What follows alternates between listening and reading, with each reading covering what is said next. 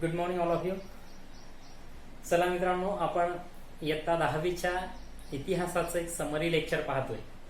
त्याचा जो दुसरा चॅप्टर आहे इतिहास लेखन भारतीय परंपरा. मुळातच मी तुम्हाला सांगतोय आपण समरी लेक्चर पाहतोय म्हणून खूप डीप मध्ये जाणार नाही. आता मी जनरली तुम्हाला एका लेक्चरमध्ये एका व्हिडिओमध्ये संपूर्ण जे चॅप्टर आहे ते चॅप्टर रिवाइज करण्याचा प्रयत्न करतोय. संपूर्ण चॅप्टर आपल्या नजरेसमोरून गेलं पाहिजे हा माझा प्रयत्न असेल आणि म्हणून समजून घेण्याचा प्रयत्न करा. आणि अगोदरच तुम्हाला सांगतो मी की जनरली जर तुम्ही हे चॅप्टर जर तुम्ही वाचलेलं नसेल तर आधी हे चॅप्टर वाचून घ्या आणि त्याच्यानंतर व्हिडिओ बघा, म्हणजे तुम्हाला लवकर समजायला मदत होईल. कारण मी वेग माझा इथे खूप जास्त असणार आहे, त्यामुळे म्हणजे खूप जास्त म्हणजे एकदम काय AK-47 सारखा नसणार आहे, पण जनरली थोडासा वेग जास्त असणार आहे कॉमन लेक्चर्स पेक्षा. हा अजून आहेत लेक्चर ती वेगळ्या स्वरूपाचे आहेत, ओके, पण हे थोडंसं समरी लेक्चर आहे म्हणून कमीत कमी वेळेमध्ये संपूर्ण चॅप्टर मी तुमच्या समोर मांडण्याचा प्रयत्न करतोय. ओके, तर चला, पहिलं चॅप्टर इतिहासाचं तुम्हाला माहित आहे, इतिहास लेखन पाश्चात्य परंपरा. तसं इतिहासाचं दुसरं चॅप्टर आहे इतिहास लेखन भारतीय परंपरा. म्हणजे इतिहासाचं जे लेखन झालेलं आहे आणि जे भारतामध्ये जे लेखन झालंय त्याला भारतीय परंपरा असं आपण म्हणतो इतिहास लेखनाची. ओके, पाश्चात्य परंपरा आपण पाहिली होती, आज आपण भारतीय परंपरेचा विचार करणार आहोत. आता भारताच्या तीनही काळांचा आपण इथे विचार करणार आहोत. प्राचीन काळ, मध्यकाळ आणि आधुनिक काळ या तीनही काळांचा इथे विचार आपण करणार आहोत. तीनही कालखंडामध्ये हळूहळू भारतामध्ये लेखन कला हळूहळू कशी अवगत झाली व तिचा विकास कसा होत गेलेला आहे याची चर्चा आपण प्रस्तुत पाठामध्ये करतोय. ओके, बघा, पहिला काळ तुम्हाला दिलाय भारताच्या इतिहास लेखनाच्या परंपरेतला प्राचीन कालखंड आहे किंवा प्राचीन काळातील इतिहास लेखन असं तुम्हाला म्हटलं गेलं असेल तुमच्या पुस्तकामध्ये. ओके, असू द्या ना, हरकत नाही. मी पॉइंट्स तुमच्या समोर मुद्दा म्हणून अगोदरच ठेवले, कारण एवढे सारे पॉइंट्स मला लिहायचे नाही या लेक्चर्स मध्ये, तर त्याच्यातच पुन्हा 10 मिनिटं जायची, वेळ निघून जायची. त्यामुळे मी अगोदरच पॉइंट डोळ्यासमोर ठेवतोय, म्हणजे एखादा पॉइंट विसरताही कामा नाही, किंबहुना पुढे एवढे सारे पॉइंट्स बाकी आहेत म्हणून मी एखाद्या पॉइंटवर जास्त वेळही घालवू नये यासाठी मी विशेष करून पॉइंट्स अगोदर डोळ्यासमोर ठेवले, लिहून घेतलेले आहेत. चला, भारताची इतिहास लेखनाची परंपरा आपण पाहतोय. प्राचीन कालखंडामध्ये भारतामध्ये इतिहास लेखनाची परंपरा कशी सुरू झालेली आहे. ओके मित्रांनो, पहिल्यांदा इकडे मौखिक शब्द लिहितोय. प्राचीन कालखंडामध्ये जो तुम्ही भारतामध्ये पाहत असाल तर माणसाला लेखन कला अवगत नव्हती, बरोबर. लेखन कला अवगत नव्हती, पण आपल्या भूतकाळाबद्दल त्यांना पण जिज्ञासा होती, म्हणून भूतकाळातलं जे ज्ञान आहे ते ज्ञान प्राचीन काळातील लोकांनी मौखिक स्वरूपामध्ये येणाऱ्या पिढीला सांगितलेलं आहे. मग ज्या काही परंपरा असतील, रूढी असतील, दैवत परंपरा असतील, पूर्वजांचे पराक्रम असतील, इतर घडामोडी, ह्या ज्या सगळ्या गोष्टी येतात त्या येणाऱ्या पिढीला त्या लोकांकडून मौखिक स्वरूपामध्ये बदलून सांगितलेल्या पाहायला मिळतात, बरोबर. म्हणून तेव्हा इतिहास मौखिक स्वरूपामध्ये जपला जात होता, कारण लेखन कला माणसाला अवगत नव्हती, बरोबर. आता नंतर हडप्पा संस्कृतीकडे येतोय. पण आजपासून सुमारे किंवा नियर अबाउट आपण 5000 वर्षे पाठीमागे जातो. हा, ते म्हणजे मी एक अंदाजे किंवा सुमारे असंच म्हणतो मी, एक्झॅक्टली, कारण इतिहासात एक्झॅक्टली प्राचीन कालखंडाचा विचार करत असाल आणि एक्झॅक्टली एखादं वर्ष म्हणत असाल तर थोडीशी अवघड गोष्ट असते. हा, आहेत ना. सपोज तुम्ही भगवान गौतम बुद्धांचा जन्म, मृत्यू या गोष्टींची चर्चा असेल, वर्धमान महावीरांचा जन्म, मृत्यू वगैरे असेल अशा, किंवा कलिंग युद्ध असेल वगैरे, अशा प्रकारच्या काही स्पेसिफिक ज्या घटना आहेत, पण अगदी पार पलीकडे जात आहे, त्याच्या खूप पूर्वी जाताय तुम्ही, आणि एक्झॅक्ट जर एखादं इसवी सन सांगा म्हणे तर ते कोणाला शक्य होणार नाही. कारण काही ठराविक इतिहासकारांनी किंवा इतिहास या विषयाने ठरवलेला आहे बाबा की हे स्पेसिफिक डेट पाहणार, आणि म्हणून तिथून काही डेट मानले आहेत. म्हणून हडप्पा संस्कृती ही जवळपास काही इतिहासकारांचं म्हणणं की इसवी सन पूर्व 3300 पासून 3300 पासून सुरुवात आहे, आणि इसवी सन पूर्व 1600 मध्ये ही हडप्पा संस्कृती लयास केली होती. असो, पण सरासरी तिला 3000 इसवी सन पूर्व 3000च्या सुमारास होती असं म्हणतात. म्हणजे तिसऱ्या सहस्रकात, इसवी सन पूर्व तिसऱ्या सहस्रकात म्हणजे तिसऱ्या हजारात, म्हणजेच 3000 वर्ष पाठीमागे. लक्षात घ्या मुद्दा थोडासा. सहस्रक या शब्दासाठी बरेच जण गफलत करतात, म्हणजे तिसरं हजार असं म्हणा, तिसरी हजारी असं पण म्हणा ना, चालेल तुम्हाला लक्षात ठेवायला. म्हणजे तिसऱ्या हजारात जाता ना, म्हणजे बरोबर आहे ना, इसवी सन पूर्व 3000 तिकडे होती, म्हणजे 3 पासून 2 पर्यंत आलं तरी ते तिसऱ्या सहस्रकातच येतं. 3 इसवी सन पूर्व 3000 ते इसवी सन पूर्व 2000. पुन्हा गफलत करून घेऊ नका, प्राचीन का इसवी सन पूर्व अभ्यास आहे म्हणून उलटे उलट येतोय तिकडे, कालगणना उलटी चालते इसवी सन पूर्व मध्ये, माहित असेल तुम्हाला, बीसी बिफोर क्राइस्ट, बरोबर. चला पुढे सरकतोय मी. इसवी सन पूर्व 3ऱ्या सहस्त्रकात भारताची सिंधू किंबहुना हडप्पा संस्कृती होती.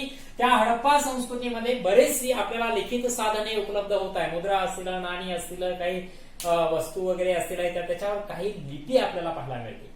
पण सध्याच्या कालखंडामध्ये त्या लिपीचं वाचन कोणी करू शकणार नाहीये, कारण ती लिपी अजून जगातल्या कोणत्याही इतर लिपी आणि भाषांशी अजून मिळालेली नाहीये.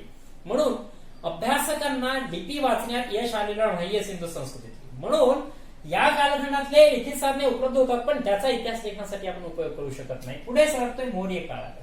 विशेषत्वानं मौर्य काळातला सम्राट अशोक आपण घेतोय. सम्राट अशोकच मौर्य काळातला मित्रांनो काय घेतोय, मी सम्राट अशोकावर जनरली चर्चा का करतोय विशेषत्वानं, किंवा तुमच्या पुस्तकात का दिलंय तुम्हाला माहित असेल.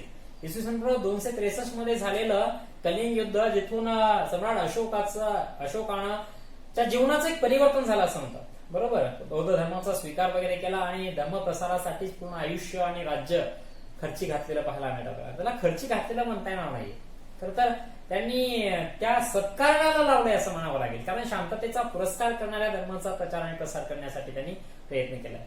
तर म्हणून आपल्या राज्याचा जास्तीत जास्त वापर त्यांनी धर्मप्रसारासाठी केला. म्हणून त्याच्यातून ज्या काही वास्तू, जे काही शिलालेख, जे काही स्तंभालेख वगैरे वगैरे आहेत, हे जे कोरलेलं आपल्याला पाहायला मिळतं, बरोबर, ती खूप मोठ्या प्रमाणामध्ये. म्हणून सम्राट अशोकाचा मौर्य कालखंडामध्ये सम्राट अशोकाचा इसवी सन पूर्व 3रे शतक. आता इथे 3रे हजार होते, इथं 3000च्या सुमारास होतो, इथे 300च्या सुमारास आलो, 300 पासून अलीकडे, म्हणजे 3ऱ्या शतकात आलोय आपण, बीसी, बरोबर, म्हणजे इसवी सन पूर्व, म्हणजे डायरेक्ट आपण 3000 ने अलीकडे आलोय ना, असं म्हणताय. 3000 वर होतो 300 वर आलेले आहे, म्हणजे फार पुढे सरकत चालू. 3000 ने आपण मौर्य काळातला सम्राट अशोकाचा काळ. या कालखंडामध्ये दगडावर असेल किंवा प्रस्तरावर असेल किंवा स्तंभावर असतील अनेक लेख कोरलेले पाहायला मिळतात. म्हणून कोरीव स्वरूपातलं लिखित साहित्य मौर्य कालखंडामध्ये खूप मोठ्या प्रमाणामध्ये मिळतं आणि त्याचा आपण इतिहास लेखनासाठी आज उपयोग करू शकतो. म्हणून खरं तर मौर्य काळातील इतिहास लेखन जे आहे, किंवा जे साहित्य आहे ते खूप इतिहास लेखनासाठी उपयुक्त आहे असं म्हणता येईल. पुढे सरकतो मित्रांनो, इसवी सनात येतोय आपण आता, बरोबर. एडी, त्याला एडी असं पण म्हणतात किंवा एसी वगैरे असं पण म्हणतात. इसवी सनाचं पहिलं शतक. इसवी सनाच्या पहिल्या शतकामध्ये माणूस धातू वापरायला लागला जास्त प्रमाणामध्ये, म्हणजे धातू अगोदर पासूनच वापरायला लागलाय, पण इकडे धातू जास्त प्रमाणामध्ये वापरायला लागला हा माणूस, बरोबर.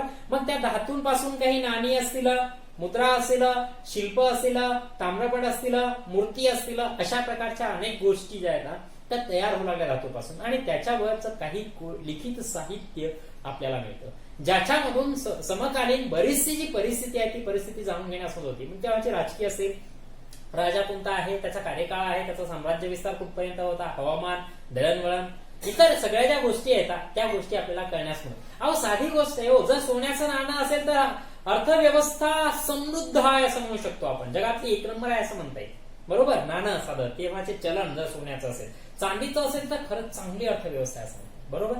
म्हणजे ही साधी गोष्ट आहे. अजून धातूचं, तांब्याचं वगैरे असेल तर चांगलीच अर्थव्यवस्था आहे. आणि मग आपण जर पाठीमागे येत असतो तर अर्थव्यवस्था थोडीशी पाठीमागे येते, हे आपलं म्हणजे अर्थव्यवस्था तर पटकन कळते मुद्रेवरून किंवा नाण्यावरून, बरोबर. तसंच प्रत्येक गोष्ट, काही मूर्ती असतात त्या काही कोरलेलं असतं, किंवा त्या नाण्यावर एखाद्या राज्यकर्त्याचं चित्र असेल, त्याचं नाव वगैरे असेल, इसवी सन या बऱ्याचशा गोष्टी, आणि ते नाणं कुठपर्यंत पसरलंय यावरून त्या साम्राज्याचा विस्तार किती लांब आहे गोष्ट, म्हणजे ह्या सगळ्या गोष्टी आपल्याला यातून कळतात मित्रांनो. थोडं पुढे सरकतोय प्राचीन साहित्याकडे. गडबड होती का? चला हरकत नाही, तुम्हाला मी अगोदरच म्हटलंय, अजूनही तुमच्याकडे संधी आहे, व्हिडिओला पॉज करा. अजूनही जर लक्षात येत नसेल तर आधी चॅप्टर वाचून घ्या. चॅप्टर वाचून घेतलं ना, मी किती जोरात बडबडू द्या, तुमच्या आपोआप लक्षात येणार आहे, हरकत नाही. चला आपण प्राचीन साहित्याकडे येतो. इसवी सन पहिल्या शतकामध्ये आपण धातू पाहिलेला आहे. आता याच्यात थोडंसं आपल्याला इसवी सनाच्या पहिल्या शतकापासून पुढे सरकायचंय. प्राचीन कालखंडामध्ये लिहिल्या गेलेलं जे साहित्य आहे त्याला इतिहासही आपण याविषयी म्हणू शकतो, पण इतिहास म्हणण्याऐवजी इतिहासाच्या अभ्यासकांनी त्याला इतिहासाचं साधन म्हणणं खूप गरजेचं आहे. ओके, समकाळातली काही महाकाव्य असतील, रामायण असतील, महाभारत असतील, ब्राह्मणिके असतील, उपनिषदे असतील, पुराणे असतील, जैन साहित्य असेल, बौद्ध साहित्य असतील, परकीय प्रवाशांची प्रवास वर्णने, इतर प्रवाशांची प्रवास वर्णने, हे सगळं साहित्य जे असतं हे सगळं साहित्य खूप महत्वाचं आहे. कारण या साहित्यातून आपल्याला इतिहास लेखनासाठी खूप सारी मदत होते. पुढे सरतोय आपण इसवी सनाच्या 8व्या शतकात येतोय. इसवी सनाच्या 8व्या शतकामध्ये बाणभट्ट या कवीने आपल्याला वर्धन जो सम्राट आहे हर्षवर्धन, हर्षाचं चरित्र लिहिलेलं आपल्याला पाहिजे. ऍक्च्युली हर्षवर्धन आणि बाणभट्ट या दोघांचे मैत्रीचे संबंध असलेले पाहायला मिळतात. हर्षाने त्याच्याकडे एक याचना केली की बाबा तू माझ्यावर एक ग्रंथ लिही माझं चरित्र म्हणून, आणि म्हणून बाणभट्टाने हर्षावरचा चरित्र ग्रंथ लिहिला. त्याला हर्षचरित आपण म्हणतो. हर्षचरितम असं त्याला संस्कृतमध्ये म्हणतात. ऍक्च्युली मराठीतला शब्द आहे हा इकडचा हर्षचरित, आणि संस्कृतच काव्य ग्रंथ आहे तो पहिल्यांदा लिहिलेला एक पाहायला मिळतो. म्हणजे इथून एक परंपरा लिहिण्याची, चरित्र लिहिण्याची एक परंपरा सुरू झालेली आहे. आणि गरजेचं पण होतं. काय गरजेचं होतं? कारण आता जे राजे महाराजे होते ना त्यांना कळायला आपण पाठीमागे राहिलो पाहिजे. मग आपण पाठीमागे राहायचं कसं? तर आपल्या या स्मृतींद्वारे पाठीमागे राहू शकतो. मग चरित्र एक स्मृती होऊ शकते. बरोबर. मग अशा स्वरूपामध्ये त्यांनी लेखन करून घ्यायला कोणाच्या तरी हातून सुरुवात केली आहे. ज्याचं बाणभट्टाचं हर्षचरित्र त्या 8व्या शतकात लिहिलेलं खूप महत्वपूर्ण आहे, ज्याच्यातून समकालीन इतरही गोष्टींवर प्रकाश पडण्यास मदत होऊ शकते. ओके. तर आता जरा प्राचीन कालखंड मित्रांनो, आता मध्य कालखंडाकडे येऊयात आपण. मध्य काळातला इसवी सनाचं 12वं शतक जे आहे ते इसवी सनाच्या 12व्या शतकातला राजतरंगिणी हा ग्रंथ खूप महत्वाचा आहे. बरोबर. या राजतरंगिणी ग्रंथामध्ये कवी जो कल्हण आहे, बरोबर, या कल्हणाचा हा ग्रंथ आहे राजतरंगिणी. आणि राजतरंगिणी ग्रंथ काश्मीरच्या इतिहासावर प्रकाश टाकणारा आहे. हा ग्रंथ एक शास्त्रशुद्ध पद्धतीने लिहिला गेलाय असं कल्हणाचं मत आहे. कारण हा ग्रंथ लिहिण्यासाठी त्याने जे काही ऐतिहासिक नोंदी असतील, राजदरबारातल्या नोंदी असतील, की त्यालाच अधिकृत नोंदी असं म्हणू शकतो, काही वास्तू असतील, काही लेख असतील, काही शिलालेख वगैरे असतील, इतर काही वस्तू असतील, किंवा अशा प्रकारची तत्सम प्रकारची जी साधनं आहेत, म्हणजे आज आपण इतिहास लेखनासाठी जी साधने वापरू तशा प्रकारची साधने कल्हणाने वापरली आणि त्या साधनांच्या आधारे इतिहास लेखन केलेलं आपल्याला पाहायला मिळतं. म्हणून जो कल्हण आहे त्या कल्हणाचं म्हणणं आहे की एक शास्त्रशुद्ध पद्धतीने खूप महत्वाचा लिहिला गेलेला ग्रंथ आहे राजतरंगिणी. मग त्याच्यामधून समकालीन हवामान, राजकारण, समाज व्यवस्था, तेव्हाची सांस्कृतिकता असेल, तेव्हाची वास्तुकला वगैरे असेल, इतर कला, या सगळ्या दळणवळण असेल, संदेशवहन, या सगळ्या गोष्टीवर प्रकाश पडण्यास मदत होते. कुठपासून? तरंगिणीपासून. ओके. आता पुढे येतोय आपण, थोडस पुढे सरकतोय आपण. जसं की आपल्याला मुस्लिम आक्रमण भारतामध्ये बरीचशी झालेली पाहायला मिळतात. बरोबर. पण सुलतानशाहीचा जो कालखंड आहे या कालखंडामध्ये, आणि ही सगळी जी इस्लामिक आक्रमण आहेत मित्रांनो, अरबस्तान आणि पर्शिया इकडून झालेले आहेत. म्हणून अरबी भाषा आणि फारसी भाषा किंवा पारशी असं पण म्हणू शकतो आपण. बरोबर.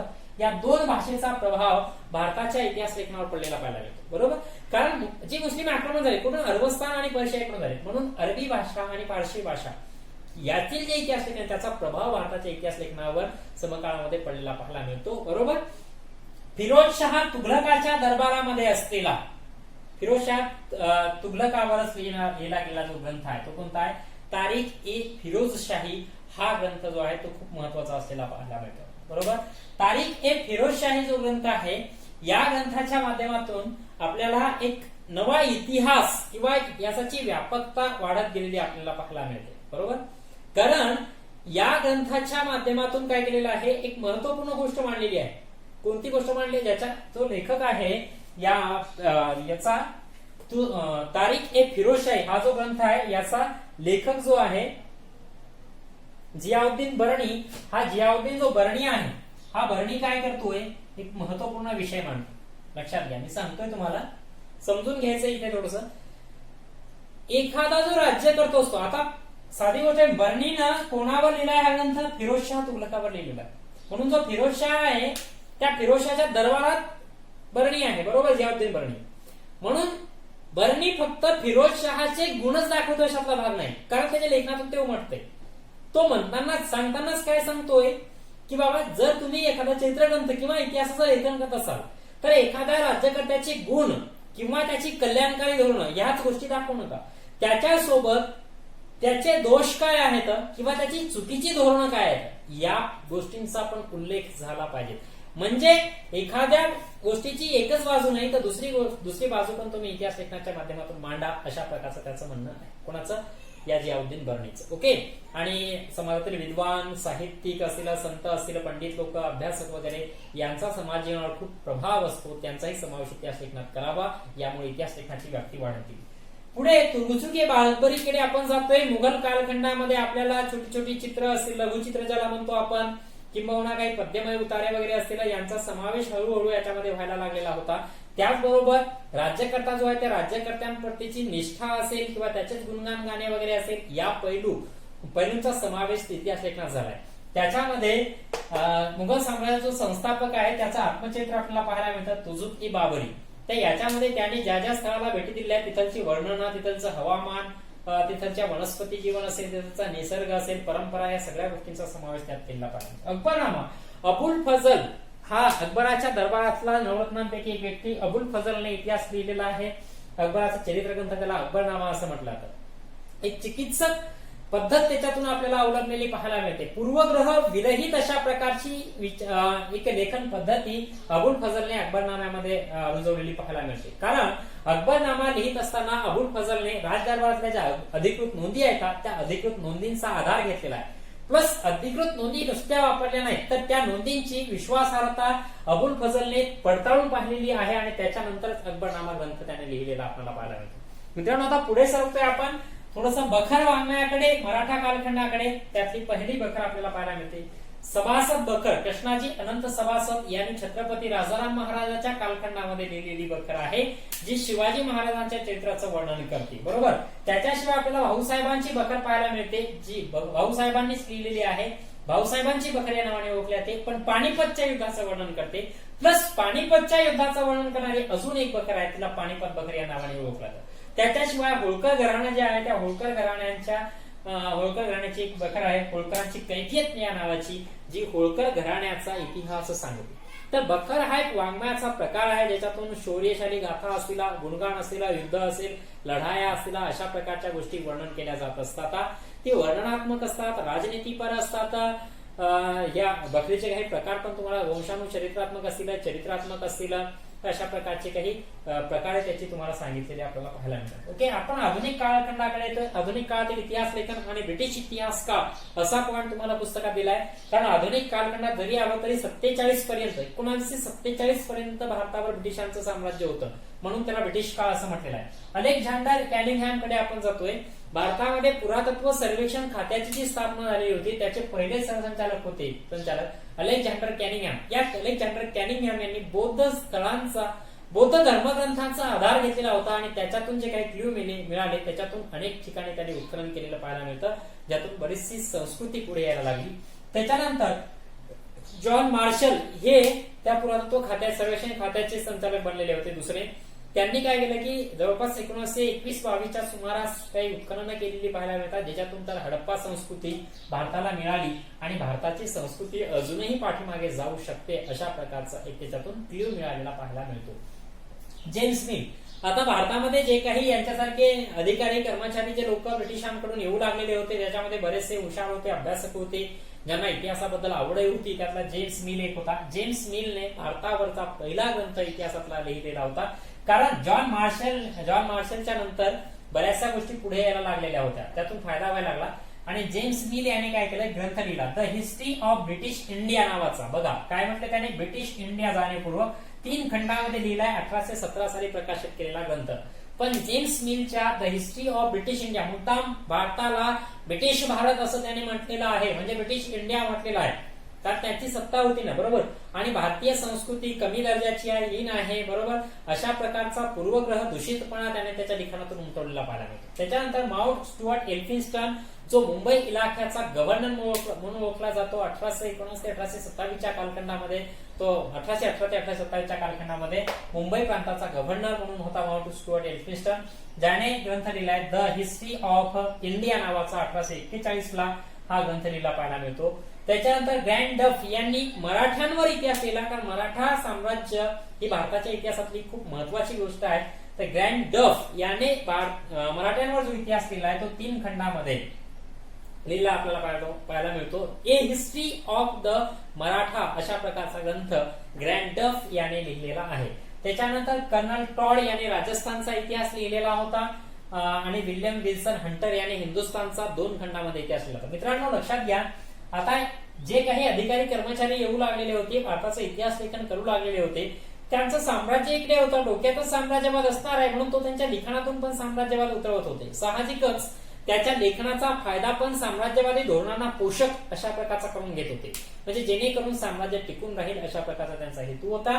आणि म्हणून James mill, mount Stuart Elphinstone, grand डफ, कर्नल टॉड या सगळ्यांची जी लेखनं आहेत ती साम्राज्यवादी धोरणातली असलेली आपल्याला पाहायला मिळतो. पण विल्यम विल्सन हंटर याचं मात्र आपल्याला जे लेखन आहे ते साम्राज्यवादी स्वरूपाचं नव्हतंही दिसून येतं, कारण त्याचा इतिहास हा निपक्षपाती स्वरूपाचा आहे. पण नंतरच्या कालखंडामध्ये या लोकांनी जे भारतासंबंधीचं पूर्वग्रह दूषितपणाचं जे लेखन केलेलं आहे, बरोबर, भारतीय संस्कृतीला कमी लेखणारं जे लेखन केलेलं आहे त्याच्यातले जे दोष आहेत, जे अवगुण आहेत, त्या गोष्टी दाखवण्याचं काम नीलकंठ जनार्दन कीर्तने असतील किंवा विका राजवाडे असतील यांनी नंतरच्या कालखंडात केलेलं पाहायला मिळतं. ओके, पुढे जातोय आपण. आधुनिक काळातील इतिहास लेखन भारतातलं त्यातल्या विविध काही तात्विक प्रणाली आहेत. त्यातलं पहिला आहे वसाहतवाद. त्याच्यातलं एक उदाहरण त्यांनी दिले, केम्ब्रिज हिस्ट्री ऑफ इंडिया 1922 ते 1937 मध्ये प्रकाशित झालेला ग्रंथ आहे केम्ब्रिज हिस्ट्री ऑफ इंडिया. वसाहतवादी इतिहास लेखनातला सगळ्यात महत्वाचं उदाहरण आपल्याला सांगता येईल. वसाहतवादी इतिहास लेखन म्हणजे काय मित्रांनो, साहजिकच ख्रिश्चन मिशनऱ्या भारतात येऊ लागल्या, ते ख्रिश्चन धर्मप्रसारक, बरोबर, प्लस जे काही साम्राज्यवादातून जे काही अधिकारी कर्मचारी येऊ लागले ते अधिकारी कर्मचारी आणि ते धर्मप्रसारक भारतासंबंधी इतिहास लेखन करायला लागले होते. ज्या इतिहासाचा आधार पण ते भारतातील त्यांचं साम्राज्य, त्यांची सत्ता, त्यांची वसाहत कशा प्रकारे टिकून राहील यासाठी पोषक वातावरण कसं तयार करता येईल, बरोबर, हा उद्देश डोळ्यासमोर ठेवूनच इतिहास लेखन करत होते. म्हणून आणि त्यातून मुद्दा म्हणून भारताच्या संस्कृतीला कमी लेखणे, गौण दर्जाची भारतीय संस्कृती आहे अशा प्रकारचा उल्लेख प्रस्तुत ग्रंथांमधून त्यांनी केलेला पाहायला मिळतो. म्हणजे भारताबद्दल पूर्वग्रह दूषितपणा, भारतीय संस्कृती गौण आहे, भारतीय संस्कृती कमी दर्जाची आहे, भारतीय लोक अनपढ आहेत वगैरे वगैरे अशा प्रकारे, किंवा भारताला खूप मोठा इतिहास नाही अशा प्रकारचा पूर्वग्रह दूषितपणा डोळ्यासमोर ठेवून मुद्दा म्हणून भारतीय जनतेला डिमोटिवेट करण्याच्या दृष्टिकोनातून जे केलेलं लिखाण आहे त्याला आपण वसाहतवादी लिखाण असं म्हणतो इतिहास. ओके, पुढे जातोय प्राच्यवादी इतिहास लेखन. आता हे प्राच्यवादी इतिहास लेखन पण युरोपातल्या लोकांनीच केलेलं आहे, पण युरोपातल्या त्या लोकांनी केलेलं आहे ज्या लोकांना भारतीय संस्कृतीबद्दल थोडीशी आपुलकी वाटत होती, थोडासा स्नेह होता, त्यांच्याबद्दल थोडीशी भावना त्यांची जागृत होत होती, बरोबर, अभिमान त्यांना भारतीय संस्कृतीबद्दल वाटत होता. आणि म्हणून त्यांनी भारताच्या इतिहासाचा अभ्यास करायचं ठरवलं, ज्याच्यातून युरोपीय भाषा व भारतातली संस्कृत भाषा यांच्यामध्ये काहीतरी साधर्म्य आहे याचा शोध घेण्याचा त्यांनी प्रयत्न केला. आणि नंतर त्यांनी एक प्रश्न मांडलेला आहे की बाबा, ज्या प्राचीन कालखंडामधील इंडो भाषा आणि प्राचीन युरोपियन भाषा, या युरोपियन भाषांमध्ये एक भाषा असावी जी या दोन भाषा गटांची जननी आहे, अशा प्रकारचा प्रश्न मांडला. त्याच्यानंतर आपल्याला पाहायला मिळतं की 1764 विल्यम जोन्सने एशियाटिक सोसायटीची स्थापना केली कोलकात्याला. 1764 विल्यम जोन्सने एशियाटिक सोसायटीची स्थापना केली, ज्या एशियाटिक सोसायटीमुळे भारतीय साहित्याचं संशोधन करणे, त्याचा अभ्यास करणं सोपं झालं, ज्याच्यातून या प्राच्यवादी इतिहासकारांना बराचसा फायदा झाला. आणि त्यातून एक फ्रेडरिक मॅक्स मुलर, जर्मन विचारवंत आहे, जर्मन इतिहासकार, यानं भारतामध्ये फार इंटरेस्ट दाखवला, विशेष त्याला संस्कृतमध्ये फार रुची होती. आता अगोदरच्या इतिहास या प्राच्यवादी इतिहासकारांनी एक प्रश्न मांडला होता, कोणता, की इंडो युरोपियन भाषा गटांमध्ये एक भाषा आहे, त्या दोन भाषांना जोडणारी किंवा त्यांची जननी, बरोबर. तर नंतर हा जो फ्रेडरिक मॅक्स मुलर आहे याचं म्हणणं आहे की संस्कृत हीच भाषा आहे दोन्ही भाषांना जोडणारी. त्याला संस्कृतमध्ये खूप इंटरेस्ट होता, त्याने संस्कृतचा अभ्यास केला आणि भारतातल्या संस्कृत भाषेमध्ये असलेला हितोपदेश जो ग्रंथ आहे नारायण पंडित द्वारा लिखित, या हितोपदेश ग्रंथाचं भाषांतरण त्याने जर्मन भाषेमध्ये केलेले पाहायला मिळते. तसंच the sacred book of east नावाने 50 खंडही त्यांनी संग्रहित केलेले दिसतात. त्याच्याशिवाय ऋग्वेदाचं संकलन केलेलं पाहायला मिळतं, ऋग्वेदाचं संकलन करून 6 खंडामध्ये त्याला प्रकाशितही केलेलं आहे. शिवाय त्या ऋग्वेदाचं जर्मन भाषेमध्ये त्याने अनुवाद सुद्धा करून घेतलेला पाहायला मिळतो. ओके, तर हा प्राच्यवादी इतिहास आहे. पुढे आहे राष्ट्रवादी इतिहास लेखनाकडे जातोय आपण. राष्ट्रवादी इतिहास लेखनाची सुरुवात तर महाराष्ट्रामध्ये विष्णू शास्त्री चिपळूणकर यांनी केलेली पाहायला मिळते, बरोबर. कारण ब्रिटिशांनी लिहिलेला जो इतिहास आहे तो भारतीय संस्कृतीला कमी लेखलेला आहे, भारतीय संस्कृती कमी दर्जाची आहे, गौण आहे असं लिहिलं गेलं होतं. भारताबद्दल त्यांनी पूर्वग्रह दूषितपणा दाखवला होता, बरोबर. पण आपली संस्कृती श्रेष्ठ आहे, आपल्यालाही खूप मोठा इतिहास आहे, सोबत आपण पण स्वातंत्र्य मिळवू शकतो, आपल्याला पण स्वतंत्र राहण्याची तशा प्रकारचा अधिकार निसर्गाने प्रदान केलेला आहे. आपण सुशिक्षित झालं पाहिजे, आपण आपला इतिहास जाणून घेतला पाहिजे आणि आपण आपला इतिहास निर्माण केला पाहिजे, लिहिला गेला पाहिजे. अशा प्रकारचा एक राष्ट्रवाद या राष्ट्रवादी इतिहासकारांच्या मनामध्ये निर्माण झाला होता. कारण ब्रिटिशांनी जे भारतामध्ये पाश्चात्य शिक्षण सुरू केलं तेच पाश्चात्य शिक्षण घेतलेला भारतामध्ये एक मध्यम वर्ग सुरू झाला होता, उदयाला आला होता. त्या मध्यम वर्गातूनच राष्ट्रवादी इतिहासकार उदयाला आले आणि त्यांनी भारतात इतिहास लेखनाची सुरुवात केली. विष्णूशास्त्री चिपळूणकर त्यातले महत्वाचे आहेत. त्यात अनेक जण पाहायला मिळतात आपल्याला, जसं की अळतेकर असेल, A.S. अळतेकर असेल, भांडारकर वगैरे असेल, रानडे असतील, आपल्याला पाहायला मिळते मुजुमदार असेल, सरदेसाई वगैरे असतील, सावरकर असेल, मिश्र असतील, अशा प्रकारची अनेक सारी लोक आहेत यांनी राष्ट्रवादी इतिहास लेखन केलं आहे. एक M.G. रानडे त्यातले महत्वाचे होत. महादेव गोविंद रानडे यांनी आपल्याला मराठी सत्तेचा उदय, the rise of Maratha empire नावाचा ग्रंथ लिहिलेला पाहायला मिळतो, जो मराठी सत्तेवरचा भारतातल्या व्यक्तीने लिहिलेला पहिला ग्रंथ आहे. बरोबर. तर मराठी सत्ता ही अचानक पेटलेला बनवा नाहीये किंवा अचानकपणे ती उदयास आलेली नाहीये, तर याला खूप प्रदीर्घ काळापासून एक राजकीय सामाजिक परिस्थिती तयार होत होती, अशा प्रकारचं त्यांनी प्रतिपादन त्यामध्ये केलेलं आहे. त्याच्यानंतर विश्वनाथ काशीराम राजवाडे हे खूप महत्वाचं व्यक्तिमत्व आहे भारताच्या इतिहास लेखनाच्या संदर्भामध्ये. कारण त्यांनी इतिहास लेखन, व्युत्पत्ती, भाषाशास्त्र, व्याकरण यावर बरंचसं संशोधन आणि लिखाण केलेलं पाहायला मिळतं. मराठी भाषेतून इतिहास लेखन करण्यावर त्यांनी विशेष भर दिलेला पाहायला मिळतो. आपला इतिहास आपणच लिहिला पाहिजे असं पण वि. राजवाड्यांचं म्हणणं होतं. आणि त्यांनी मराठ्यांच्या इतिहासाची साधने नावाचे एकूण 22 खंड लिहिलेले पाहायला मिळतात, ज्या मराठ्यांच्या इतिहासाच्या साधनांची म्हणजे त्या पुस्तकांची प्रस्तावना खूप महत्वपूर्ण असलेली पाहायला मिळते. त्यांनी इतिहासासंदर्भात एक वर्णन केलेलं आहे वि. राजवाडेने. त्यांचं म्हणणं आहे की इतिहास म्हणजे मानवी जीवनाचे समग्र किंवा सर्वांगीण जीवन दर्शन होय. मानवी जीवनाचे सर्वांगीण जीवन दर्शन म्हणजे इतिहास होय असं त्यांचं म्हणणं आहे. इतिहास म्हणजे फक्त राजकीय घडामोडी किंबहुना सत्तांतरासाठी झालेले कटकारस्थान आणि युद्ध इतकाच इतिहास नाही, तर मानवी जीवनाचे सर्वांगीण जीवन दर्शन म्हणजे इतिहास होय. आणि इतिहास लेखन करत असताना अस्सल कागदपत्रांचा आधार घेणं खूप गरजेचं असतं असं सुद्धा वि. राजवाड्यांचं म्हणणं होतं. बरोबर. त्याशिवाय विनायक दामोदर सावरकर यांचा पण एक विषय तुम्ही सांगता येईल आपल्याला. त्यांनी सुद्धा भारताचे पहिले स्वातंत्र्य समर 1857च्या युद्धाला म्हटलेला आहे आणि 1857चे स्वातंत्र्य समर अशा प्रकारचा ग्रंथ सुद्धा त्यांनी लिहिलेला आपल्याला पाहायला मिळतो. ओके. तर त्याच्यामधून बरीचशी नंतर एक जाणीव किंवा प्रेरणा भारतीय लोकांमध्ये निर्माण होऊ लागली. त्यातून भौगोलिक वैशिष्ट्यांचा आधार घेऊन प्रादेशिक इतिहास लेखनाला सुद्धा नंतरच्या कालखंडामध्ये सुरुवात झालेली आहे. आता आपण स्वातंत्र्योत्तर कालखंडामध्ये येतो मित्रांनो. स्वातंत्र्योत्तर कालखंडामध्ये इतिहास लेखनाची व्यापकता खूप मोठ्या प्रमाणामध्ये वाढत चाललेली होती. बरोबर. त्यातून नवनवीन प्रवाह पुढे यायला लागलेले होते. प्रत्येक क्षेत्राशी निगडीत इतिहास लिहिला जाऊ लागला होता. विज्ञान असेल, तंत्रज्ञान असेल, कला असेल, साहित्य असेल, राजकारण, समाजकारण, अर्थव्यवस्था असेल, सांस्कृतिकता, अशा प्रत्येक गोष्टीवर म्हणजे इतिहासाची व्यापकता वाढत जाऊ लागली. नवीन नवीन पैलू इतिहासामध्ये येऊ लागलेले होते. बरोबर. आणि त्यातून मेन 3 आपण पाहणार, मार्क्सवादी, वंचितांचा आणि स्त्रीवादी इतिहास लेखन. तर मार्क्सवादी जे इतिहास लेखन आहे मित्रांनो, जसं आपण पाठीमागे कार्ल मार्क्सचा मार्क्सवाद पाहिला होता, ते त्याच विचारसरणीवर आधारलेला मार्क्सवादी इतिहास लेखन आहे. मार्क्सवादी इतिहास लेखनामध्ये अर्थव्यवस्था केंद्रीभूत धरल्या जात असते. जे समाजामध्ये उत्पादनाची साधनं असतात, त्या उत्पादनाच्या साधनाचं स्वरूप, त्यांची मालकी, उत्पादनाची प्रक्रिया, उत्पादनाची पद्धत, या ज्या सगळ्या गोष्टी असतात त्या केंद्रीभूत मांडल्या जात असतात. प्लस त्या ठिकाणी जाती व्यवस्थेमध्ये हळूहळू कशा प्रकारचा बदल होत गेलेला आहे याचं सुद्धा वर्णन मार्क्सवादी इतिहास लेखनात केलेलं आपल्याला पाहायला मिळतं. समाजामध्ये ज्या काही घटना घडत असतात त्या घटनांचा प्रभाव जो असतो किंवा परिणाम सामान्य लोकांना, सामान्य कुटुंबांना कशा प्रकारचा भोगावा लागत असतो याचं सुद्धा एक वर्णन या मार्क्सवादी इतिहास लेखनात केलेलं पाहायला मिळतं. त्याच्यामध्ये आपल्याला दामोदर धर्मानंद कोसंबी म्हणजे डी.डी. कोसंबी होय, श्रीपाद अमृत डांगे होय. श्रीपाद अमृत डांगे हे भारतामध्ये जो भारतीय कम्युनिस्ट पक्ष आहे त्याची जी स्थापना भारतात झालेली आहे त्याच्या स्थापनेचे सदस्य सुद्धा श्रीपाद अमृत डांगे राहिलेले पाहायला मिळतात. कॉम्रेड म्हणून त्यांना म्हणलं जातं. बरोबर. त्यांनी प्रिमिटिव्ह कम्युनिझम टू स्लेव्हरी नावाचा एक साम्यवादाचा ग्रंथ सुद्धा लिहिलेला आहे. त्याच्याशिवाय रामशरण शर्मा असेल, कॉम्रेड शरद पाटील असतील, अशा प्रकारचे काही मार्क्सवादी इतिहासकार दिसत आहेत. पुढे वंचितांचा इतिहास पाहतोय, ज्याला सबऑल्टर्न हिस्ट्री असं पण आपण म्हणतोय. बरोबर. म्हणजे समाजातील जे वंचित दुर्बल घटक आहेत, जे खालच्या स्तरावर मांडले गेले होते वर्ग व्यवस्थेत, त्यांचा सुद्धा इतिहास लेखन करणं खूप गरजेचं आहे. अँटोनिओ ग्रामची या इटालियन विचारवंताने ती कन्सेप्ट मुळात मांडली दिसून येते. अँटोनिओ ग्रामचीचं म्हणणं आहे की जेव्हा आपण इतिहास लेखन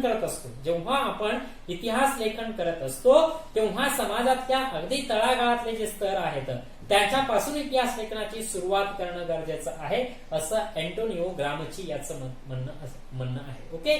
म्हणून तिथून तर या वंचितांचा किंवा सबाल्टर्न एसटीची सुरुवात झालेली पाहायला मिळते.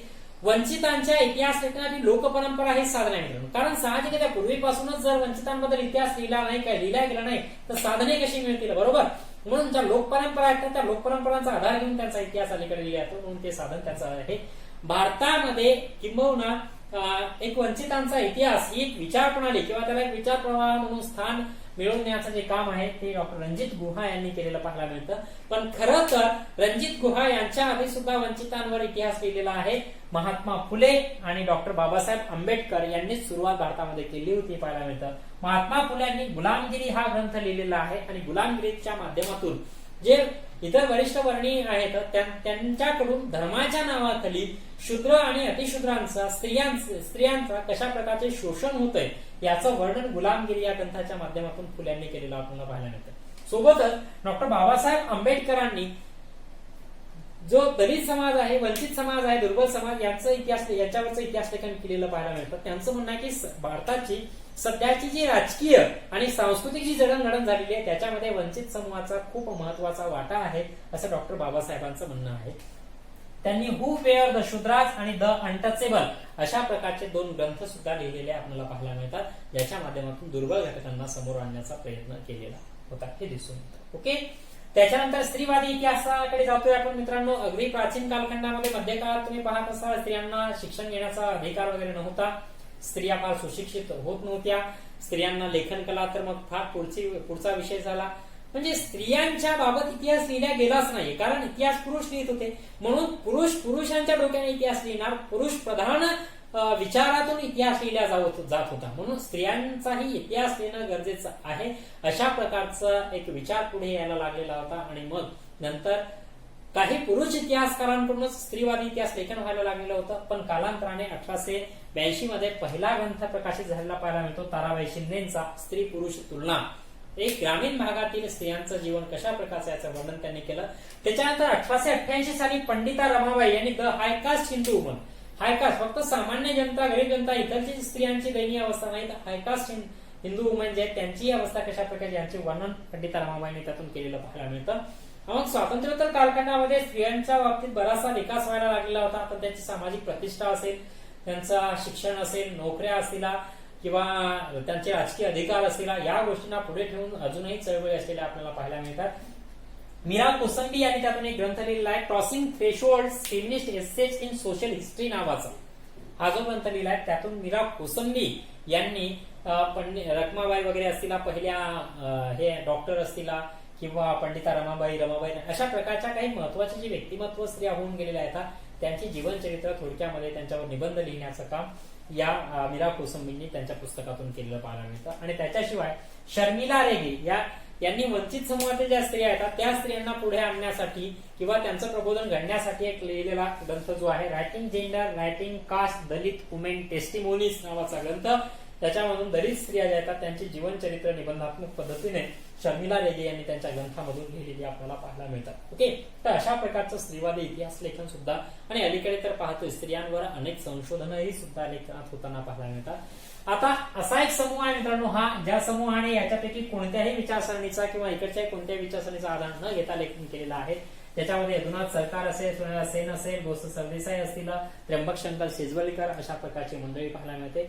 तर स्वातंत्र्योत्तर कालखंडामध्ये बरंचसं काही लेखन करणारे असतील, यदी फडके असतील, रामचंद्र गुहा वगैरे असतील, अशा प्रकारे काही लोक आपल्याला पाहायला मिळतात की ज्यांनी भारताच्या इतिहास लेखनात महत्वपूर्ण भूमिका बजावली.